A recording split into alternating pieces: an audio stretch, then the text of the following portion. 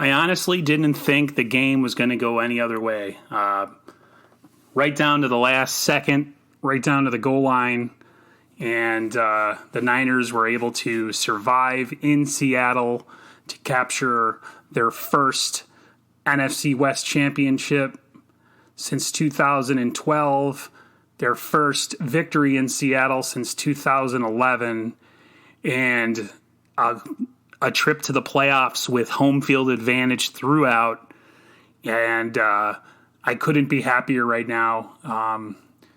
It's been a long, winding road these last 5 years with all the coaching changes and, the demise of the Harbaugh era teams.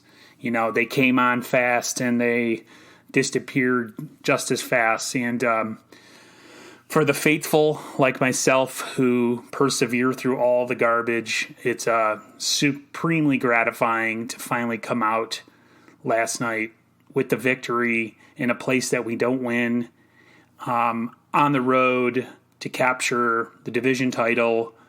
And like I said, to get that first round bye is huge. It was just a fantastic year all around for the 49ers.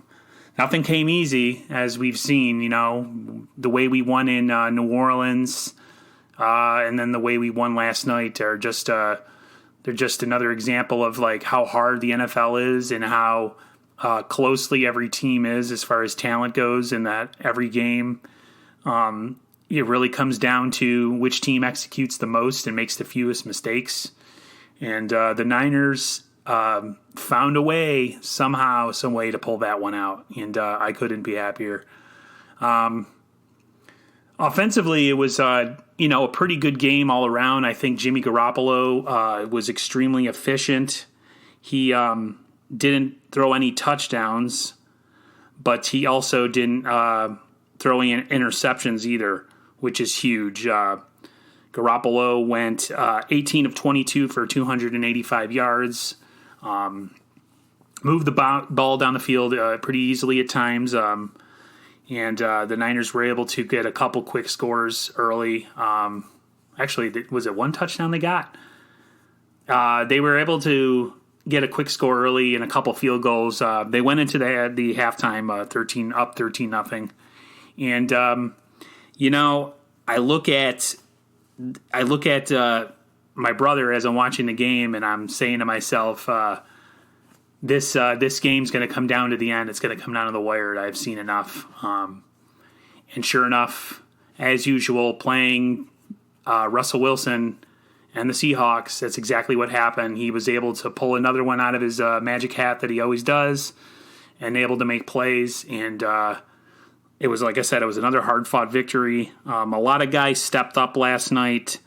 Deebo Samuel had a huge game, 5 catches, 102 yards. He had a touchdown on an end around.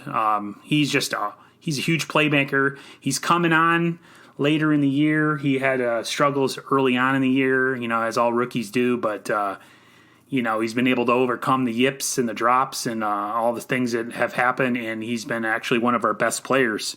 It's nice to have a complement of good players on your team besides just Kittle.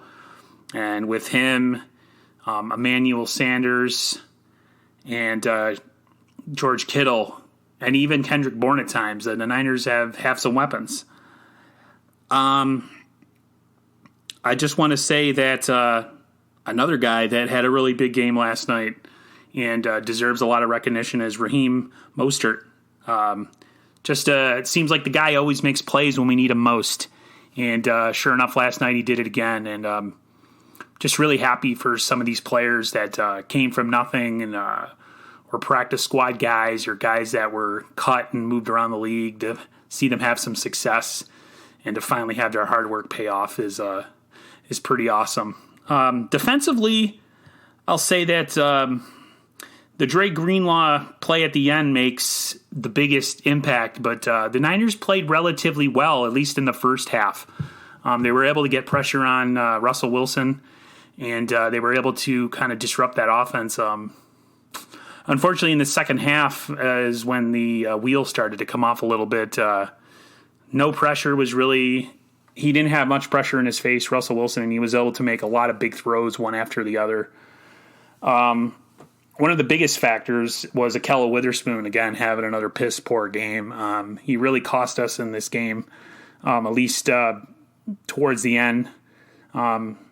He just, I don't know, ever since he's come back from his injury, he hasn't been the same player. He doesn't look very confident. They actually pulled him towards the end of the game and brought in Emmanuel Mosley. And Mosley gave up a couple catches, but when it came time to lock down, he did just that. He was able to have a nice pass deflection in the end zone towards the end of that game-saving tackle. He definitely shored up that side of the field. Richard Sherman, as usual, was Richard Sherman. Say what you want about him losing a step or two, which he has, but he locked down his side of the field, and not much went his way, if any. So the defense played well when it had to. Like I said, they didn't get any sacks in the second half, but they were able to make just enough plays to preserve that victory. The biggest one being by Dre Greenlaw. I mean, what can you say about the guy? He's going to go down in 49ers history if we end up making the Super Bowl and winning it as a tide-changing play that propelled the Niners, hopefully, to their sixth championship. It was super important, though, to clinch that bye and get some rest for some of these players. The Niners haven't had a bye week since after week 4, I think, and you can attribute some of the injuries that they lost guys for the year to the injury or to the fact that we had an early bye and just a lot of wear and tear. For them to capture home field and able to rest certain guys is huge. It makes time for guys like D Ford and Jaquiski Tart to give them a chance to come back. And we know how valuable both of those players have been when they're on the field. Game-changing type players, especially D Ford taking the pressure off of Nick Bosa and the rest of the guys up front. It'll be interesting to see if Quan Alexander can make it back. They say if the Niners made the NFC Championship game, he would have a chance. I don't want to risk his long-term health, but if there is a chance that he can come back and play well and give us a shot in the arm in the linebacking core, I'm all for it. We'll have to wait and see. The Niners have a week off. They have a chance to rest, and then they get ready for the winner of the lowest seed wild card winner, which will either be the Philadelphia Eagles or the Seattle Seahawks. I honestly do not want to see Seattle again. I've had enough of them. I'd much rather see Philly. But that being said, it's the NFL and every team's a challenge. And if it was to be Philly, I'm sure they would give us a great game. And nothing's guaranteed. You still got to go out there and perform on the field. Games aren't won on paper. And you gotta make the plays against whoever it is. And I mean, that's how you win championships. You have to be battle tested and knock down any opponent that's in front of you, regardless if they're, you think, a lowly team or a top-notch team. The Niners could possibly go up against not only Seattle again, but the Green Bay Packers and the New Orleans Saints. It's nice that they'll be able to do that in their own building.